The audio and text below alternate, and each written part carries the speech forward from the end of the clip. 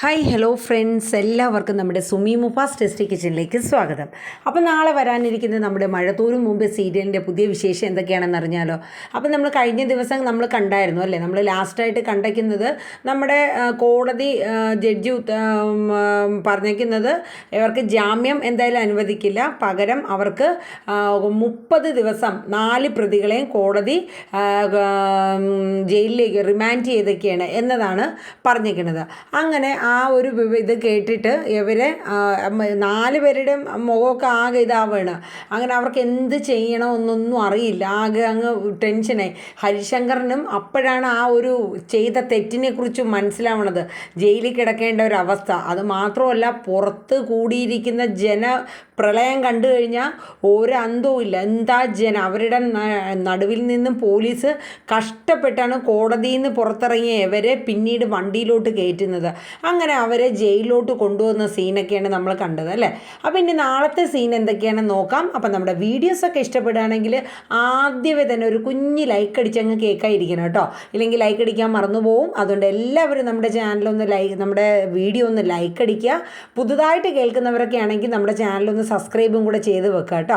കാരണം നമ്മുടെ channel subscribe ചെയ്ത് വെക്കുമ്പോൾ മാത്രമേ നമ്മൾ ഇടുന്ന ആ സീരിയൽ പ്രൊമോസ് നിങ്ങളുടെ കൈകളിൽ എത്തുള്ളൂ. അപ്പം നിങ്ങൾ സബ്സ്ക്രൈബ് ചെയ്ത് ആ ബെൽ ബട്ടൺ ഓൾ എന്നൊരു ഓപ്ഷനും കൂടെ ഇനേബിൾ ചെയ്ത് വെക്കുക.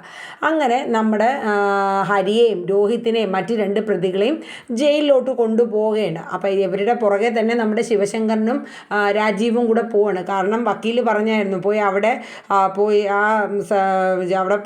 പോയി അവരെയൊക്കെ ഒന്ന് കണ്ടു വെക്കണം, എങ്ങനെയാണ് എന്താണെന്നുള്ളതൊക്കെ ഒന്ന് അറിയണമല്ലോ. അപ്പോൾ അതുകൊണ്ട് പോയി അവരെയൊക്കെ ഒന്ന് കണ്ടു വെക്കാൻ പറയുകയാണ്. ഇതേ സമയം നമ്മുടെ അലീനയെ കാണാനായിട്ട് നമ്മുടെ ഗോവർദ്ധനും സുലോചനയൊക്കെ വന്നല്ലോ. അപ്പോൾ സുലോചനയെ അവിടെ നിർത്തിയിട്ടാണ് ഗോവർദ്ധനൻ ബാലേന്ദ്രൻ്റെ അടുത്തായിട്ട് പോകുന്നത്. അപ്പം സുലോചന അവരുമായിട്ടൊക്കെ സംസാരിച്ചുകൊണ്ടിരിക്കുന്നുണ്ട്. അപ്പം എന്ത് ചെയ്യണം, ഇനിയിപ്പോൾ എന്താണ് അടുത്ത കാര്യങ്ങൾ എന്നൊന്നും ഒരു എത്തും പിടുത്തവും ഇല്ല. കുടുംബത്തിൻ്റെ പേരുദോഷം പോയി, കുട്ടികളുടെ ഭാവി എല്ലാം തകിടം മറിഞ്ഞു. ഇതേ സമയം ടി വിയിൽ വന്ന ന്യൂസൊക്കെ കണ്ടിട്ട് കമല കിടന്ന് അന്തളിക്കുകയാണ്. കാര്യം എന്ന് വെച്ചാൽ താൻ ഓമനിച്ച് പൊന്നാരിച്ച് വളർത്തിയ തൻ്റെ മകൻ ദേ ജയിലിൽ പോയി കിടക്കണു. മറ്റുള്ളവരോട് എന്തു പറയും, ബന്ധുക്കൾ, സമൂഹത്തിൽ എൻ്റെ മോൻ്റെ ഭാവി പോയി എന്നുള്ളതറിഞ്ഞ് കമല വാവിട്ട് കരയാണ്. കരഞ്ഞതുകൊണ്ട് വല്ല കാര്യമുണ്ടോ? പണ്ട് അലീനയുടെ കേസ് മുതലും കമലയൊക്കെ അറിഞ്ഞതാണ് ഹരിയുടെ സ്വഭാവ രീതി എന്താണ് എന്നുള്ളതൊക്കെ. പക്ഷേ നമ്മുടെ മനു ഹരീനെ താക്കീത് ചെയ്തിട്ടും കമല താക്കീത് ചെയ്യാൻ നിന്നില്ല. കമല സപ്പോർട്ട് ചെയ്ത് കൊടുക്കുകയാണ് ചെയ്തത്. ആ സപ്പോർട്ടിൻ്റെ ഫലമാണ് ഇന്ന് മകൻ പോയി ഇരുമ്പഴിക്കുള്ളിൽ കിടക്കേണ്ട ഒരു അവസ്ഥ വന്നത്. ഇപ്പോൾ വാവിട്ട് കരഞ്ഞിട്ട് യാതൊരു കാര്യമില്ല. എന്നാലും സങ്കടം സഹിക്കാൻ വയ്യാണ്ട് കമല നമ്മുടെ ശിവശങ്കരനെ വിളിക്കുകയാണ്. ശിവേട്ട കരഞ്ഞുകൊണ്ട് തന്നെ പറയുകയാണ്, ശിവേട്ട നമ്മുടെ മകനെ ഇനി എന്ത് ചെയ്യും, അവന് ജാമ്യം കിട്ടിയില്ലേ അല്ലേ ശിവേട്ട എന്നൊക്കെ പറഞ്ഞിട്ട് കമല കരയാണ്. അപ്പം ശിവശങ്കരാണെങ്കിൽ അതിൻ്റെ അപ്പുറം സങ്കടം സഹിക്കാൻ വയ്യാണ്ട് ഇരിക്കുകയാണ്. അപ്പോൾ ശിവേട്ട ഇപ്പോൾ നിങ്ങൾ ഇങ്ങോട്ട് വരുമോ, ഇനി എന്താ ചെയ്യണേ, ഞങ്ങളെന്തായാലും ജയിലിലോട്ടൊന്ന് പോട്ടെ, അവിടെ പോയി 1-2 പേരെ കാണാനൊക്കെ ഉണ്ട്, എന്നിട്ട് അങ്ങോട്ട് വരാമെന്ന് പറഞ്ഞിട്ട് ശിവശങ്കരൻ ഫോൺ വയ്ക്കുകയാണ്. കാരണം കമലയോടാണെങ്കിലും ശിവനൊന്നും പറയാൻ പറ്റുന്നില്ല. ഒരു അച്ഛൻ്റെ മാനസികാവസ്ഥയാണ് അവിടെ. അയാൾക്കാണെങ്കിൽ ഇത്രയും നാൾ മക്കൾക്കും കുടുംബത്തിനും വേണ്ടിയിട്ട് അന്യനാട്ടിൽ കിടന്ന് അദ്ദേഹം ഇത്രയും കിടന്ന് പാടുപെട്ടിട്ടും എൻ്റെ സ്വന്തം മകനും, അതും 20 വയസ്സ് പ്രായമേ ഉള്ളൂ, അതും എന്താ കേസ്, വല്ല മോഷണോ തട്ടിപ്പറിയോ അല്ല, സ്ത്രീ പീഡന കേസ്, പ്രായപൂർത്തിയാകാത്ത ഒരു പെൺകുട്ടിയെ ബലാത്സംഗം ചെയ്തതിൽ 1-ാം പ്രതി. ഒരു അച്ഛന് ഇതിൽ കൂടുതൽ ഇനി എന്താ വേണ്ടത്? സഹിക്കുന്നതിനും അപ്പുറമായിട്ടുള്ള ഒരു കാര്യമല്ലേ. അങ്ങനെ ശിവശങ്കറിന് താങ്ങാവുന്നതിനും അപ്പുറമുള്ളൊരു കേസായിരുന്നു ഇത്. ഇതേ സമയം നമ്മുടെ മനു ഹോസ്പിറ്റലിലോട്ട് പോവാണ്, നമ്മുടെ ബാലചന്ദ്രനെ കാണാനായിട്ട് പോവാണ്. അങ്ങനെ ബാലചന്ദ്രനെ കണ്ട് അങ്കിളെ എന്ത് പറയണം എന്നുള്ളത് എനിക്കറിയില്ല, അച്ഛനും കൊച്ചച്ഛനും പറ്റുന്നിടത്തോളം അവർ ഏതൊക്കെ വാതിലിൽ ചെന്ന് മുട്ടാൻ പറ്റുമോ ആ രീതിയിലെല്ലാം അവർ മാക്സിമം പരിശ്രമിച്ചു. പക്ഷേ ജാമ്യം കിട്ടിയില്ല. എനിക്കറിയാമായിരുന്നു മനു ജാമ്യം കിട്ടില്ല എന്നുള്ളൊരു കാര്യം. നല്ല രീതിയിൽ ഒരേ ഒരു മകൻ നല്ല രീതിയിൽ പഠിച്ച് നല്ലൊരു നിലയിലെത്താൻ കുടുംബത്തിന് ഒരു തൂണായി ഉണ്ടാവും എന്ന് കരുതിയ മകൻ ഇന്ന് ഇരുമ്പഴിക്കുള്ളിൽ. എൻ്റെ മക്കളുടെ അവസ്ഥ എന്താണ്? കൃഷ്ണമോള്, ബബിത, ഇവരൊക്കെ ഇനി എങ്ങനെ സ്കൂളിലും കോളേജിലൊക്കെ പോകും? ഞാൻ എങ്ങനെ മനു എൻ്റെ കടയിലിരിക്കണം, എൻ്റെ ജ്വല്ലറിയിലും ഞാൻ എങ്ങനെ മറ്റുള്ളവരുടെ മുഖത്ത് നോക്കൂടാ മോനെ എന്നൊക്കെ പറഞ്ഞിട്ട് ബാലചന്ദ്രൻ ശരിക്കും അങ്ങ് അപ്സെറ്റ് ആവുകയാണ്. അപ്പം നമ്മുടെ മനു ബാലേന്ദ്രനെ സമാധാനിപ്പിക്കാനായിട്ട് ശ്രമിക്കുകയാണ്. അങ്കിൾ ഇത് ഇത്രമാത്രം സങ്കടപ്പെടേണ്ട, പറ്റിപ്പോയി. നമ്മൾ ആദ്യമേ തന്നെ ഹരിയുടെ കൂടെ ചേർന്ന് കൂട്ടുകെട്ട് ആണ് രോഹിത്തിനെയും കൂടെ ഈ ഒരു കെണിയിൽ എത്തിച്ചത്. അലീനയുടെ കേസ് ആയ സമയത്ത് പോലും നല്ല രീതിയിൽ ഞാൻ ഉപദേശിച്ചു, അങ്കിൾ ഉപദേശിച്ചു, അതുപോലെ അലീന താക്കീത് കൊടുക്കുന്ന പോലെ തന്നെ അവളും പറഞ്ഞതാണ്. പക്ഷേ എന്നിട്ടും അവൻ ഈ കൂട്ടുകെട്ടിൽ ചെന്ന് പെട്ടു. പറഞ്ഞിട്ട് ഒരു കാര്യമില്ല അങ്കിളെ, ഇനിയിപ്പോൾ പഠിക്കാനുള്ളത് പഠിക്കട്ടെ, അല്ലാണ്ട് എന്താ നമുക്ക് ചെയ്യാൻ പറ്റുക? പിന്നെ ആൾക്കാരുടെ ഒരു കേസ്, ആൾക്കാർ കുറച്ച് നാളൊക്കെ ഇതൊക്കെ പറഞ്ഞു കഴിഞ്ഞാലും അവരിത് കുറച്ച് ദിവസം കഴിയുമ്പോൾ പിന്നെ പതുക്കെ അതൊക്കെ മറക്കും. അല്ലാണ്ട് ഇപ്പം നമുക്ക് എന്താ ചെയ്യാൻ പറ്റുക? അങ്കിൾ ഇതൊന്നും ഓർത്ത് ഒന്ന് സങ്കടപ്പെടേണ്ട, അങ്കിൾ ഒന്ന് സമാധാനമായിട്ടിരിക്കുക. നമുക്ക് എന്തായാലും വന്നുപോയി, വിധിയെ പഴിക്കാനാവില്ല, നമ്മൾ എന്താ ചെയ്യുക അങ്കിളെ? പറ്റുന്നത് കൂടുതൽ ഉപദേശിച്ചു, നേർവഴി കാണിക്കാൻ നോക്കി, എന്നിട്ടും അതിലൊന്നും അടുക്കുന്നില്ല എന്ന രീതിയിൽ മനു പറഞ്ഞു. പക്ഷെ ബാലചന്ദ്രന് എങ്കിലും മനസ്സ് എത്രയാണെങ്കിലും ഒരു അച്ഛനാണല്ലേ, ഒരു മകൻ ഒരു ജയിലിൽ ജാമ്യം പോലും കിട്ടിയില്ല, ഇനി എന്ത് ചെയ്യും? താൻ ഈ കിടന്ന കിടപ്പാണ്, ഇനിയിപ്പോൾ എന്ത് ചെയ്യും? ആരെയാണ് ചെന്ന് കാണേണ്ടത്? എൻ്റെ മകൻ്റെ ഭാവി തീർന്നു, ഇനി അവൻ ഒരു സ്ത്രീ പീഡന കേസിൽ പ്രതിയായി മാറി, ഒരു ജയിൽ പുള്ളിയായി മാറിയോ എന്നൊക്കെയുള്ള 100 ചിന്തകൾ ബാലചന്ദ്രൻ്റെ ഉള്ളിൽ ഇങ്ങനെ വരെയാണ്. മനു പറ്റുന്നിടത്തോളം ബാലചന്ദ്രനെ സമാധാനിപ്പിച്ചു. എന്നിട്ട് പറഞ്ഞു, അങ്കിൾ ടെൻഷൻ അടിക്കരുത്, അങ്കിളിന് ടെൻഷൻ അടിച്ചു കഴിഞ്ഞാൽ BP മറ്റു കാര്യങ്ങളൊക്കെ കൂടും, ഞാൻ എന്തായാലും ആൻറ്റിയെ ഒന്ന് പോയി കണ്ടിട്ട് വരട്ടെ എന്ന് പറഞ്ഞിട്ട് മനു ഇപ്പുറത്തെ ആൻറ്റിയുടെ വൈജയന്തിനെ കാണാനായിട്ട് വരികയാണ്. അപ്പോഴേക്കും മനുവിനെ കണ്ട ഉടനെ തന്നെ വൈജയന്തി അങ്ങോട്ട് കരയാണ്. കാര്യം എന്ന് വെച്ചാൽ ആരോടും ഒന്നും പറയാണ്ട് സത്യം പറഞ്ഞാൽ വൈജ സ്വയം ഇങ്ങനെ ഒളിച്ചിരിക്കുന്ന ഒരു അവസ്ഥ പോലെയാണ്, ഹോസ്പിറ്റലിനകത്ത് ഇരിക്കുന്ന പോലെ. എന്ന് വെച്ചാൽ മറ്റുള്ളവരെ ഫേസ് ചെയ്യാൻ പറ്റുന്നില്ല, ഉള്ളിൽ സങ്കടം മൊത്തം നെഞ്ചിനകത്ത് വെച്ച് ഒരമ്മയുടേതായിട്ടുള്ള ഒരു ഇമോഷൻസ് മൊത്തം, എത്ര അഹങ്കാരം ഉണ്ടെന്ന് പറഞ്ഞിരുന്നാലും സ്വന്തം മക്കൾ തന്നെയാണല്ലോ. അപ്പോൾ ആ ഒരു സങ്കടമൊക്കെ ഇത്രയും അറിഞ്ഞിട്ടും ആരോടും ഒന്നും പറഞ്ഞ് പൊട്ടിക്കരയാനാകാണ്ട് ആ ഒരു മനസ്സ് അത്രയും പിടിച്ച് നിൽക്കുകയാണ്. മനുവിനെ കണ്ടപ്പോൾ ഭയങ്കര സങ്കടമാണ്. എന്തായി മനു എന്ന് പറഞ്ഞു. അപ്പോൾ മനു പറഞ്ഞു, ജാമ്യം കിട്ടിയില്ല ആൻറ്റി, എൻ്റെ മകന് ജാമ്യം കിട്ടിയില്ല, എൻ്റെ മകൻ്റെ ഭാവി പോയി, ഇനി എന്ത് ചെയ്യും മനു, നമ്മൾ എന്ത് ചെയ്യൂടാ? എൻ്റെ മോൻ്റെ ജീവിതം പോയില്ലേ, അവൻ ഒരു ജയിൽ പുള്ളിയായി മാറിയില്ലേ എന്നൊക്കെ പറഞ്ഞ് വൈജയും കുറേ ഇമോഷൻ ആവുകയാണ്. എന്നിട്ട് പറയുന്നുണ്ട്, ഇതിനെല്ലാം കാരണം അലീനയെന്ന് പറഞ്ഞിട്ട് അലീനയെ കുറ്റപ്പെടുത്താനായിട്ട് നിൽക്കുകയാണ് കേട്ടോ. എന്നിട്ട് പറയുന്നത്, ഈ ഓരോ പാവപ്പെട്ട ഓരോരുത്തികളും ഇറങ്ങിക്കോളും, പണവും പ്രതാപവും ഉള്ള വീട്ടിലെ ചെറുക്കന്മാരെ മയക്കി ഇതുപോലെയുള്ള ഓരോ സ്ത്രീ പീഡന കേസും കൂടെ അങ്ങ് ഉണ്ടാക്കി അങ്ങ് ഇട്ടോളൂ എന്നൊക്കെ പറഞ്ഞിട്ട് വൈജ ശരണ്യെ കുറ്റപ്പെടുത്തണം. അതായത് ഈ സ്ത്രീ കൂട്ടബലാത്സംഗത്തിന് ഇരയായ പെൺകുട്ടിയെ പഠിക്കണം. അത് കേട്ടപ്പോൾ മനു പറഞ്ഞു, ആൻറ്റി എന്തറിഞ്ഞിട്ടാണ്? ആൻറ്റി ഈ ഹോസ്പിറ്റലിനകത്ത് കിടന്നുകൊണ്ട് ആൻറ്റി ഒന്നും അറിയുന്നില്ല, ആൻറ്റി ഒന്ന് ആലോചിച്ച് നോക്കുക. ആൻറ്റിയുടെ മകൻ ജയിലിലായത് ഓർത്ത് ആൻറ്റി ഇത്രയും വിലപിക്കുന്നു. ആൻറ്റി ഒന്ന് ആലോചിച്ച് നോക്കി, 4 പേര് ചേർന്ന് നമ്മുടെ ബബിതയുടെ പ്രായമുള്ള ഒരു പെൺകുട്ടിയാണ്, ആ പെൺകുട്ടിയെ 4 പേര് ചേർന്ന് കൂട്ടബലാത്സംഗം ചെയ്തു. ആ കുട്ടിയുടെ അവസ്ഥ എന്താണ്? ഇന്നും അപകടനില തരണം ചെയ്ത് വരുന്നതേ ഉള്ളൂ ആ കുട്ടിയെ പ്രസവിച്ച അതിൻ്റെ അമ്മ, അതിൻ്റെ അച്ഛൻ, അതിൻ്റെ കൂടപ്പിറപ്പുകൾ, ബാക്കി ബന്ധുക്കൾ, അവരൊക്കെ ഇതെങ്ങനെ സഹിക്കും? ആ നാട്ടുകാരെങ്ങനെ സഹിക്കും? ആൻറ്റി അത് ഓർക്കുന്നുണ്ടോ? അപ്പോൾ വൈജ ഒന്നും പറയുന്നില്ല കേട്ടോ. വൈജയ്ക്ക് എപ്പോഴും തൻ്റെ മകൻ ചെയ്തതിൽ അവൻ അങ്ങനെ ഒരു തെറ്റില്ല പോലെ. പിന്നെ ഹരിയെ പഠിക്കുന്നുണ്ട്. അപ്പോഴും മനു പറയുന്നുണ്ട്, രോഹിത്തിനോട് ആവർത്തിച്ച് പറഞ്ഞിട്ടുള്ള കേസാണ് ഇതുപോലെയുള്ള കൂട്ടുകെട്ട്, പ്രത്യേകിച്ച് ഹരിയുമായിട്ടുള്ള കൂട്ടുകെട്ട് നീ പോകരുത്. അലീന പോലും പറഞ്ഞിട്ടുണ്ട്. അലീനയുടെ കാര്യമായപ്പോൾ തന്നെ ഹരിക്കും രോഹിത്തിനും നല്ല താക്കീത് മനു കൊടുത്തിട്ടുണ്ടായിരുന്നതാണ്. പക്ഷേ എന്നിട്ടും അവർ നന്നാവാൻ തീരുമാനിച്ചില്ല. ഇതൊക്കെ ആരാ കുറ്റം ആൻറ്റി? മറ്റുള്ളവരെ പഴി ചാരിയിട്ട് എന്തെങ്കിലും കാര്യമുണ്ടോ?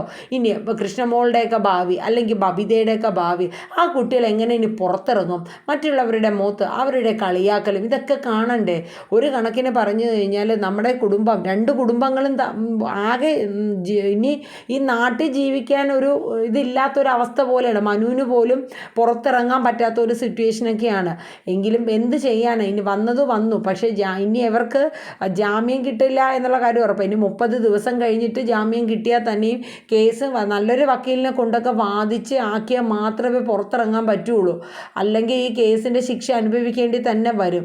അപ്പോൾ അല്ലെങ്കിൽ പിന്നെ പെൺകുട്ടി മൊഴി മാറ്റി പറയേണ്ടി വരുമെന്ന് മനു പറയണം. അപ്പോൾ നമ്മുടെ വൈജ പറയുന്നുണ്ട്, നമുക്ക് കുറച്ച് പൈസ ഈ പെൺകുട്ടിക്ക് കൊടുത്താലോ മനു, അതിനൊന്നും ഒരു ചാൻസ് ഇല്ലാണ്ട് അവിടെയൊക്കെ ചെന്ന് നമ്മൾ പണമായിട്ട് ചെന്ന് കഴിഞ്ഞാൽ അത് അടുത്ത കേസാക്കി നമ്മുടെ തലയിലിടും എന്നൊക്കെ പറയണം. പക്ഷേ എന്നിട്ട് മനു കാര്യങ്ങളൊക്കെ പറഞ്ഞ് വൈജയുടെ അടുത്ത് സംസാരിച്ചിട്ട് മനു അവിടെ നിന്ന് ഇറങ്ങുകയാണ്.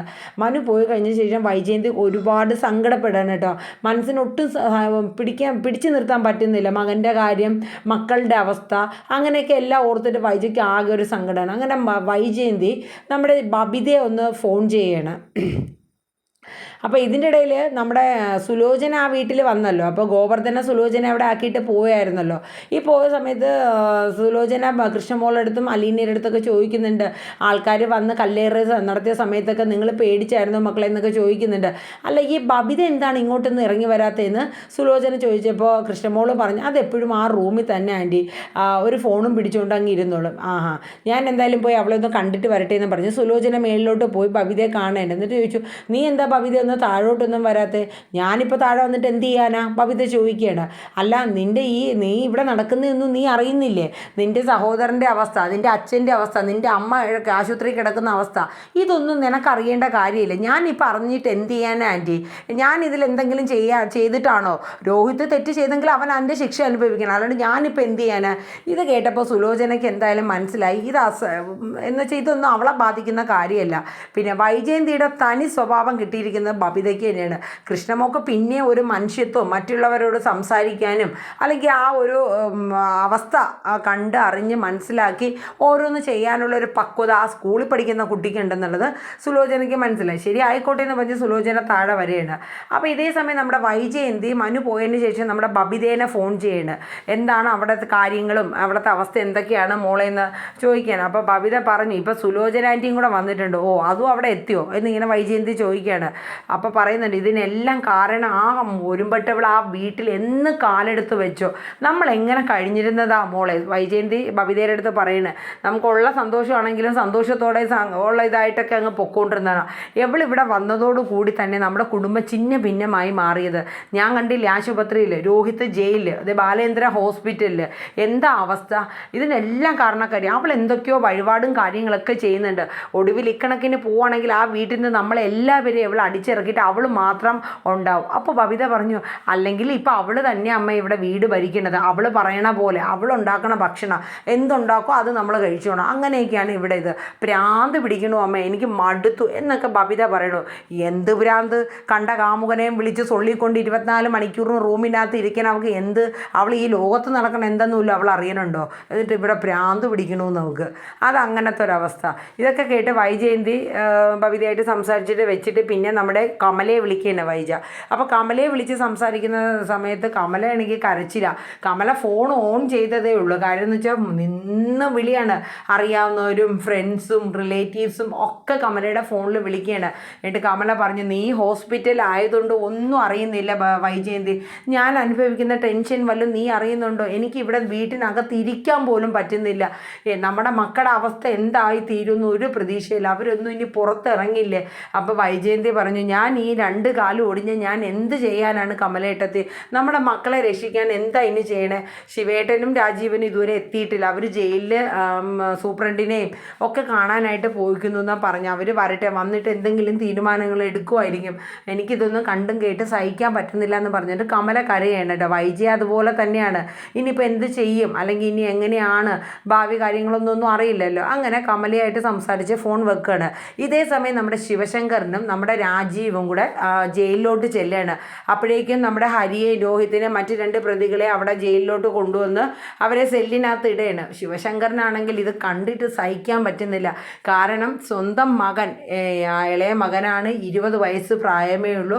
ആ മകനെ ഒരു ജയിൽ ഇരുമ്പഴിക്കുള്ളിൽ കിടക്കുന്ന ഒരവസ്ഥ, ഒരു അച്ഛൻ്റെ ആ ഒരു മാനസികാവസ്ഥയാണ്. ഒട്ടും സഹിക്കാൻ പറ്റാത്തൊരവസ്ഥ. പക്ഷേ ആ മനുഷ്യന് പിടിച്ചു നിർത്താൻ പറ്റാത്ത കണക്ക് അതിലുള്ള ഒരു വിമിഷ്ടമായി പോവുകയാണ്. പോവുകയാണ്. എന്നിട്ട് ആ മനുഷ്യൻ ഓർക്കണം ഇത്രയും നാളും കിടന്ന് കഷ്ടപ്പെട്ട് പണം സമ്പാദിച്ച് എല്ലാം ആക്കിയിട്ട് ഇത് ആർക്ക് വേണ്ടിയിട്ടാണ് എന്നുള്ളൊരു തോന്നലാണ്. അങ്ങനെ സ്വന്തം മകൻ, അതും ഒരു പിടിച്ചുപറി കേസല്ല, അത് ബലാത്സംഗത്തിലെ 1-ാം പ്രതി ഹരിശങ്കർ, അതും കൂടെ ഓർത്തിട്ട് ശിവശങ്കറിന് സഹിക്കാൻ പറ്റാത്തൊരവസ്ഥയാണ്. ആ ഒരു കാഴ്ച ശിവനെ വല്ലാണ്ട് മനസ്സുലച്ച് കളഞ്ഞൊരവസ്ഥയായിരുന്നു കേട്ടോ. അപ്പോൾ നാളത്തെ എപ്പിസോഡിൽ ഏകദേശം ഈ ഒരു സീനൊക്കെയാണ്. ചിലപ്പോൾ ഇതിൽ കുറച്ച് ഭാഗങ്ങൾ അതിൻ്റെ അടുത്ത ദിവസമായിരിക്കും കാണിക്കുന്നത്. അപ്പോൾ എല്ലാവരും നമ്മുടെ വീഡിയോസൊക്കെ കേട്ട് കഴിഞ്ഞാൽ ഒരു കുഞ്ഞ് ലൈക്ക് അടിക്കുക. നിങ്ങളുടെ അഭിപ്രായങ്ങളൊക്കെ ഒന്ന് ഒരു കമൻറ്റൊക്കെയാണ് വരുന്നത്, എന്നാലും സന്തോഷം കേട്ടോ. കമൻറ്റ് അയക്കുന്നവരോട് ഒരുപാട് നന്ദിയുണ്ട്. അപ്പോൾ ആ ഒരു കമൻറ്റെങ്കിലും കിട്ടുന്നുണ്ടല്ലോ, നിങ്ങളുടെ ലൈക്കും കിട്ടുക ഞങ്ങൾക്ക് വളരെയേറെ സപ്പോർട്ടാണത്. അപ്പോൾ എല്ലാവരും നമ്മുടെ വീഡിയോസൊക്കെ കേട്ട് സപ്പോർട്ട് ചെയ്യുക. പുതുതായിട്ട് വരുന്നവരൊക്കെ നമ്മുടെ ചാനലൊന്ന് സബ്സ്ക്രൈബും കൂടെ ചെയ്യുക കേട്ടോ. അപ്പോൾ എല്ലാവർക്കും ശുഭരാത്രി പറഞ്ഞുകൊണ്ട് നമുക്ക് നാളെ വീണ്ടും കാണാം. അതുവരേക്കും tata bye bye, good night.